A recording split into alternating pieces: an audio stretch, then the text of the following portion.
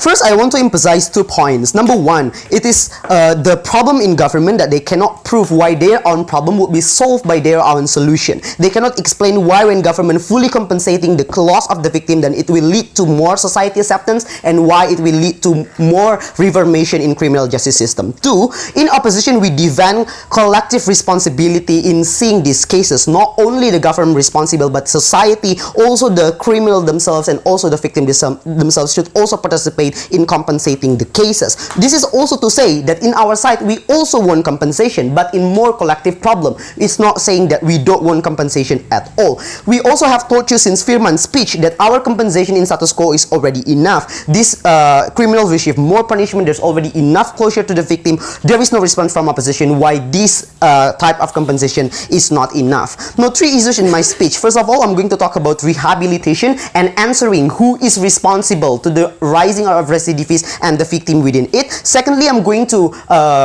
strengthen my previous speaker's point about why this is bad for the victim, even worse, and why the guilt of the criminal would be lost under their side of the house. So first, in the issue of rehabilitation, 3 layers. So they say that our rehabilitation is not working effectively. That's the reasons why recidivists exist, and that's completely the failure of the government. Number one, this is assumptive in government to say that this is completely the failure of government if rehabilitation does not work without explaining what exists during rehabilitation. So I'm going to give you this explanation. During rehabilitation, at least you have these 2 things. Number one is personality class, when you can have direct consulting with the psychiatry, you learn about new value, nationality, religion, and etc. Secondly, you will have many classes to gain more skill. Sewing class, handcraft class, and any other things that you will face. That is to say that if the criminal do property or decides to commit property crime after release, that's not completely the failure of the government to give them more skills after the release, because government already tried their best. This is also means that if this criminal finally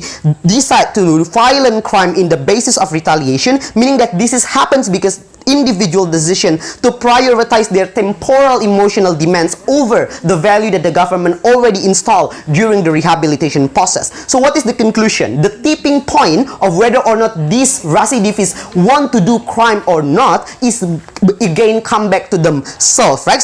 Because we need to understand what happened during the gap after the release. Ipe already told you that many things happen, but what I want to emphasize is the sudden trigger. For example, you do crime is because there is a sudden trigger. For example, if you have been in prison for 15 years, the reasons why probably after that you killing your wife is because after the release you find out that your wife is already married again with your enemy, for example. That is the sudden trigger that most likely become the starting point of a new crime. What I want to say, this is an example that our scenario is scenariotic, but this is realistic, and the conclusion is that this is a sudden trigger that becomes the main contributor of the crime, but this is something that the government cannot fully control and government cannot fully predict. And you cannot burden government, you cannot say the government failed if to begin with they don't have ability to predict and they don't have ability to control it. No more often if they talk about society acceptance, they say that society acceptance is also the failure of the government. Number one, we need to understand the range of where you say society does not accept this ex-criminal. We think it's most likely happen only in the neighborhood of this individual if you're talking about extraordinary people, meaning that you still have escape mechanism. If society in that particular area reject you, you can still travel to other area and start your new life. But here's our worst case scenario: if that society acceptance really does not exist, we think it is still something justifiable, because to begin with it is a reflection or the way they practice their self-defense mechanism, because government to begin with also unable to provide you 100% security. They also need to engage that. Now the second layer is about the reasons why rehabilitation somehow not successful. Is not always because rehabilitation is fail in concept, but due to the practical problem. We talk about issue like overpopulated prison because there's a lack of money to build more prison with more advanced facility. We talk about how prison have not enough money to pay more warden to create proportionate ratio between the warden and also the criminals. And this is not the fully mistake of the government as well. Sometimes this happens because society conduct many tax exemption, result to government receive receive less money. This also happen because somehow society do not support the government policy to spend more money in CGS, because they say we should not give our money for the better life of the criminals. That is also the failure of the society, right? The last I would like to talk about the crimes happens in slum area, because they say that crimes is often happen in slum area, and the rise of slum area is always the failure of the government. Simple rebuttal: the reason why slum area occurs is not only because government unable to provide you welfare. That's happened because society choose to abandon government migration restriction policy. They choose to urbanize themselves and abandon government investment in rural area. They choose to believe in the traditional narrative that better life will always exist in rural. That's why slum area exists. That's also happened because some people do not strive enough to build their own individual welfare. So the rise of slum area is a collective mistake